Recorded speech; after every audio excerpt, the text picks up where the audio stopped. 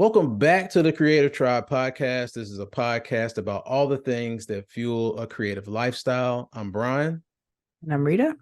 And together we are Label Me Other. Label Me Other is our production company, and our goals are to create creative problem solvers and to help you skyrocket in content creation.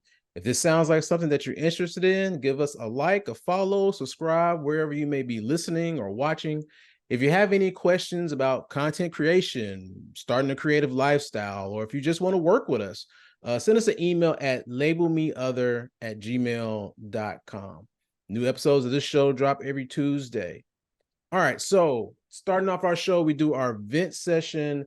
This is where we get anything off of our chest that may have us in a negative mood, because we believe that one of the keys to having a creative lifestyle is having a space to shake off any negative energy that you may have stored within. And so I'll start out on my vent. It's kind of a piggyback off of my vent from our previous episode, but I kind of just want to get in a little bit deeper and get some points across about how I'm feeling. So like as creative problem solvers, we need to learn to know like what's not our problem to solve. Because it's like a lot of times like we take on responsibilities and roles that really aren't ours, and it comes down to like you have to know your role in that specific situation or in that specific problem that needs to be solved. And you just, I'm learning that, I tend to jump in to try to solve problems when I shouldn't be having. I find myself to jump in to solve problems when I shouldn't be solving that problem, when it's not my responsibility to solve that problem. And me doing that and jumping in is that I'm being the umbrella for somebody else's storm. I'm draining myself for in a situation where I shouldn't be drained, and that's that other person's problem. Yeah. And so, you just, again, it's just, I'm learning that you have to let people weather their own storms, and stop trying to jump in. We can't solve every problem. Yeah.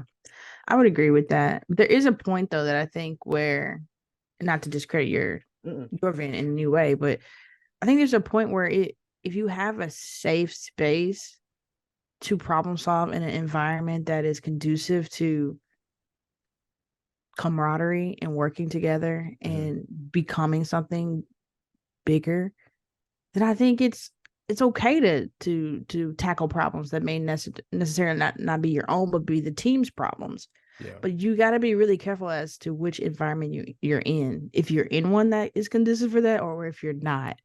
Like, I think there's spaces that could be fantastic to explore all kind of problems together. And then there's some that just, like you said, it's just going to be a waste of your time because you're just blocking other people. It's essentially you're doing all the work while everybody else is watching you do that work. So that makes me think of a whole podcast episode of trying to figure out like what creative space are you in? Yeah. To properly put your energy into that or to not. Yeah, for sure. But that's just, what's kind of, got me in a bit of a negative mood is trying to, like retrain myself into thinking, like trying to figure out, okay, what problems are okay to try to solve and what problems I need to just back away and let things be and let things play out, All right, so now that we got that off of our chest, let's get to the main topic. We want to talk about escaping the content comparison trap. And I fall for this like all the time. I'm a work in progress, so I know that. But yeah, it's like I look at things and I'm constantly like comparing and then like judging, judging the value of what I bring compared to somebody else. But let's just talk about it. I mean, because it can take a toll on your confidence and it can take a toll on your creativity. So just starting out, just you need to understand like the content comparison trap, because like I said, it's like falling into this trap of comparing your work with somebody else or your views to somebody else, of your audience interaction with somebody else. Like a lot of people, they place their social and personal like value and worth based on how they stack up against other people. Yeah, yeah. You know? Yeah, it's a tough thing. I mean, I find myself too struggling with that. Like I'm often always thinking like, is social media just not for me? Am I just not the type of personality that just doesn't vibe with social media? Right. Because I get into these spaces where I just feel like I think things should be growing at a more rapid rate. And a part of me feels sometimes like, am I sharing the wrong things? Is my delivery off? Because you can get people on the internet who are just literally like making drinks, making sugar-free drinks and just going about their day and have millions of followers. And it's just like, what do they got? What are they doing? What is it? And then it's like you get into the trap of comparison and you're like, man, like, okay, do I need to switch it up? Do I need to do this? Do I need to do that? And it's just I try to avoid it at all costs, but I find myself ultimately I'm just trying to please me on a daily basis. I'm Mm-hmm. just trying to please myself instead of like looking for, you know, what I'm doing wrong. I just try to say, well, what would I personally want me to do better in and just go with that. Yeah, that's a good Um, way of going by it and looking at it. I've never thought about pleasing myself. I'm always yeah. trying to be like, okay, well, what could somebody like me use or need, you know, Mm, based on the knowledge that I have about content creation. But yeah, yeah. I mean, so it's like they get, with the feedback, they use that for like validation. People get caught up in comparing the likes and the views, and they use that type of data, to measure the value of your work, which Yeah. that leads to more comparison. So it's like, you need to figure out a way that's internal instead of, external, to measure the value of what you're bringing. Yeah. Yeah. Yeah. It's tough. And Yeah. that's why for me, I feel like when I look at my stuff, I feel good if I can go back several weeks later and not cringe. I don't know if you've experienced that with looking back at your old self, but like I when I go back, if I cannot cringe, then I'm like, all right, that was solid. That was some solid stuff. I'm happy with that. But if I I cringe, cringe I'm like, every day. do you? I cringe every What? post. Yeah.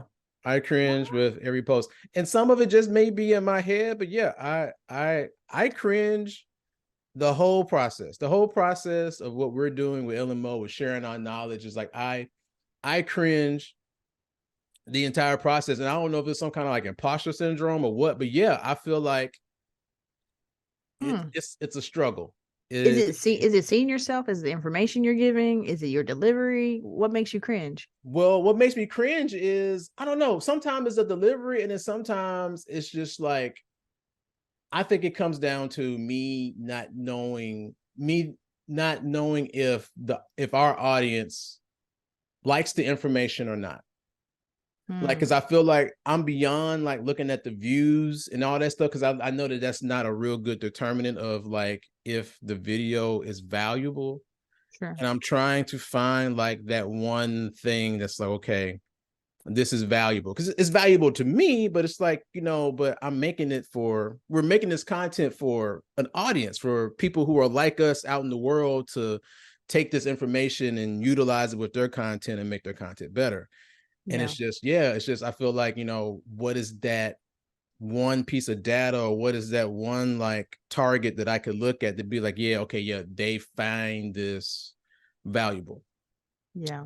But yeah, that's just, stuff that, but again, leading to my next point, it could be all illusion, because a lot of like what we're comparing ourselves to other creators, a lot of that stuff is like fabricated. Some of it's fabricated. Some of it is not like either their true selves, or they're buying, viewers, or, just a lot of this stuff could be fake. And you don't want to Mm. like put all your value and comparison into things that isn't true, and that makes you feel inadequate. Is making yourself feel inadequate on something that may not be real. Mm. Real in the sense of like It's just in your mind. That's not how people are perceiving you, type of thing. Yeah, yeah. Yeah. Yeah. I can see that. Yeah. It social media, people don't really talk about this very thing, like about the toll it takes on you as a person and about your worth and self-value. It's you really have to compartmentalize this stuff because it Yes. can beat you down. And especially when you get an off comment or you get someone saying something snooty. Thankfully, we haven't received a whole lot of that from us. But if we did, my God, I might have would have quit by now, to be honest with you, if it was just a Oh, constant bombardment of negativity, then yeah, that would be hard to deal with. Yeah, but yeah. a lot of times I do think, well, I don't think it's necessarily in my mind. I think it's real, but I could see how it could be perceived as like I'm thinking something that totally isn't there. But it's a slippery slope. I don't. It is. It is. It is. But Yeah, yeah. there's hope. So I'm Mm-hmm. gonna break down. So now that we know, okay, what the content comparison trap is, and like what are some of the triggers, what are some of the things that can happen because of it, let's talk Mm-hmm. about like 5 ways to like escape the content comparison trap. So, Okay. all right. So the first one is you just need to shift your perspective.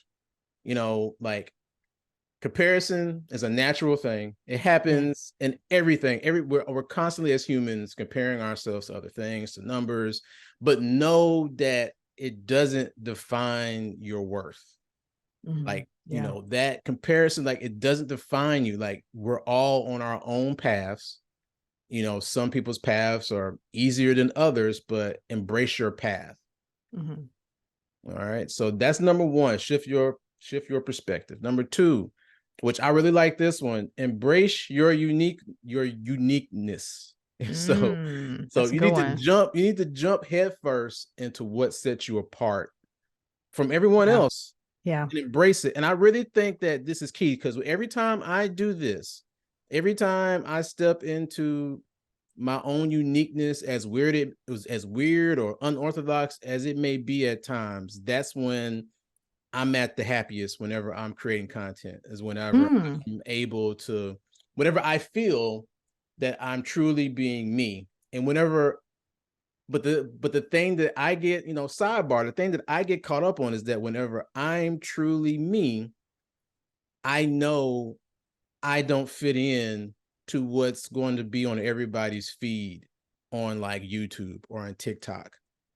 And I Yeah. don't know if that's will be like people will come across weird and it'll scroll or be off-putting. So that's kind of where I am in this process on, I want to embrace my uniqueness, but it's like, will it be off-putting? Would it be off-putting for LM mode? Would it be, just like would it fit into what we're trying to do, as a company, so Yeah. Yeah.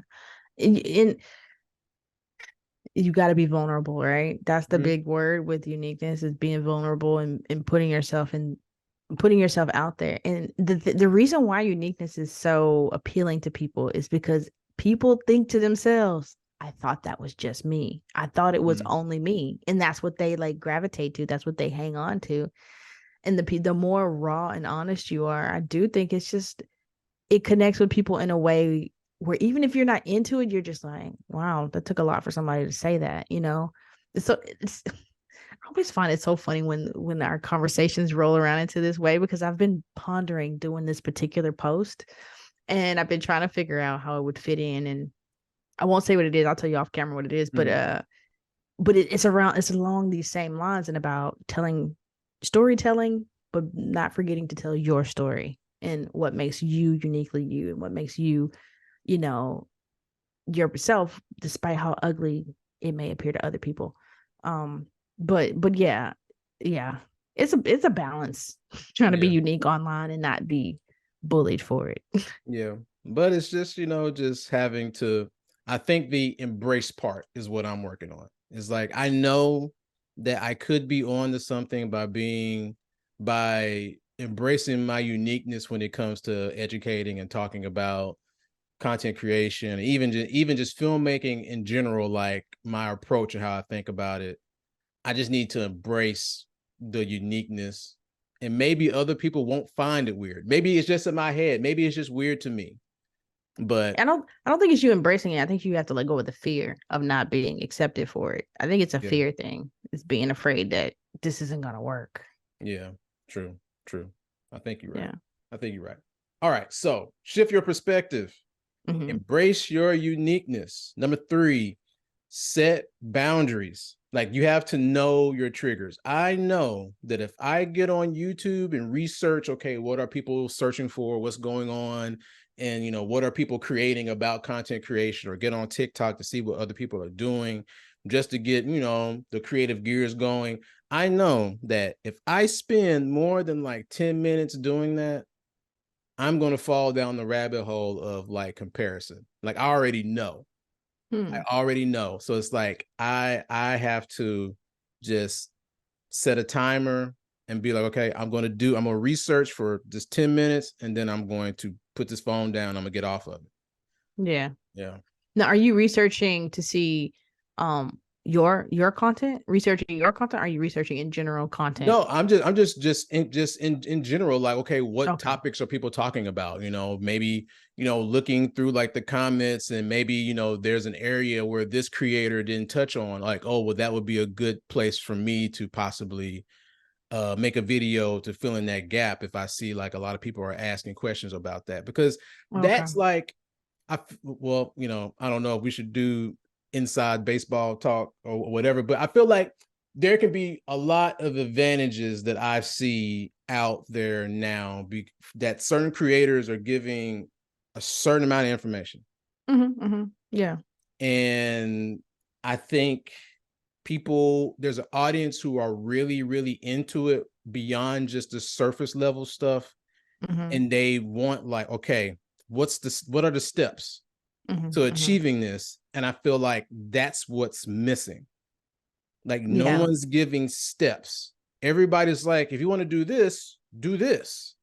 Okay, but there's a lot in between from going Yeah. from this to this. There's a lot in between, and they're not giving you the full picture. Now, I know you can't put the whole thing like in a short TikTok video or YouTube short, but I think that's what, in my mind, that's what people want, or will Yeah. find value in that. So, I could see that. And to your credit, I mean, that's one of the things that we excel at is finding the gaps and filling the gaps, seeing gaps and filling the gaps of where people kind of miss things. yeah. All right. So shift your perspective, embrace your uniqueness, set boundaries, and then you have to just cultivate gratitude and self-compassion. You got to be kind to yourself. Like I said, I go through these cycles of being on cloud 9, and then next thing I know, I'm in a valley, and I'm like, man, my content sucks. Like, Rita is so much better than me at this. It's like, I suck at this. And then it's like, and then, I get my mojo back, and then I'm on cloud 9. It's like this constant cycle. You just have to be kind to yourself and know that you're going to go through this. It's like everybody falls victim to it, but you just have to know, when you get into it, ways to get out of it. So you need to be more aware and in tune of your achievements and your progresses, and make sure that you celebrate those things. So it's like, for me, at least with YouTube, every time I see, like, in the analytics, a green check mark, it doesn't matter if I have that little gray down arrow. As long as I see something green, I'm like, hey, we did our job. It's like, hey, there is progress. It's going up. It's going up. Or if it's a check, it's staying the same. I'm not going down. It's like, as long as I see green somewhere on our analytics on YouTube, because YouTube is hard. That's what I'm learning. Yeah. YouTube is very, very tough, but I really want us to grow in that space. But I have to celebrate the smallest of victories. Yeah. Yeah. It's a challenge. You're right. And that is so true. It's like celebrating where you've come from. Sometimes I'll go down to like our TikTok and I'll go back to like the first post or the second post, and I'll watch some of it and I'll be like, oh yeah, I've come a long way. I've Yeah. come a long way from these Oh, videos. It don't look like it all the time, but I'm like, okay. Or if someone likes one of our old posts, I'll go back and I'll rewatch it and be like, okay, let me rewatch this. It's been a few months, and it will give me motivation to be like, okay, things are moving. And I give us credit for that. I feel like we keep pivoting. Like you can tell the growth from when we started to now. And it's like that is something to celebrate. That is something to be like, okay, we started at 0 followers and now we're at 4,200. So I mean it's going somewhere, but yeah. yeah, that's a good motivation to just I keep my head down a lot of the times and I just don't even look. I just keep doing it and I don't look because Right. otherwise I will quit. I would have been quit by now, Yeah. You because would have. I feel just like you a lot of the times. And so I just don't look anymore. I just like, all right, I gotta do a video, but I'm gonna do a video and I'm gonna move on with my life. Yeah. Right. It's like that sometimes. Mm-hmm. Mm-hmm. Yeah. And Yeah. it's just, like you said, with growth, the fifth one, you got to Mm-hmm. have that growth mindset. Yeah. Like if you find yourself falling back into that comparison trap, just, know that you're a work in progress. Like I said, I'm a work in progress. It's like I've accepted this, not Yeah. perfect. You know, I learn new information every day and I apply it to whatever we're doing. And a lot of times I'm wrong about things. And so I just have to pivot and be like, okay, let's go Yeah. this direction. But yeah, just know that you're a work in progress and that over time you will improve. You will get better. Just like Rita said, she Mm-hmm. looked at our older posts and Mm-hmm. then you could see the progress of where we started to like how we're presenting the content now. And that's going to continue to change how we present the content.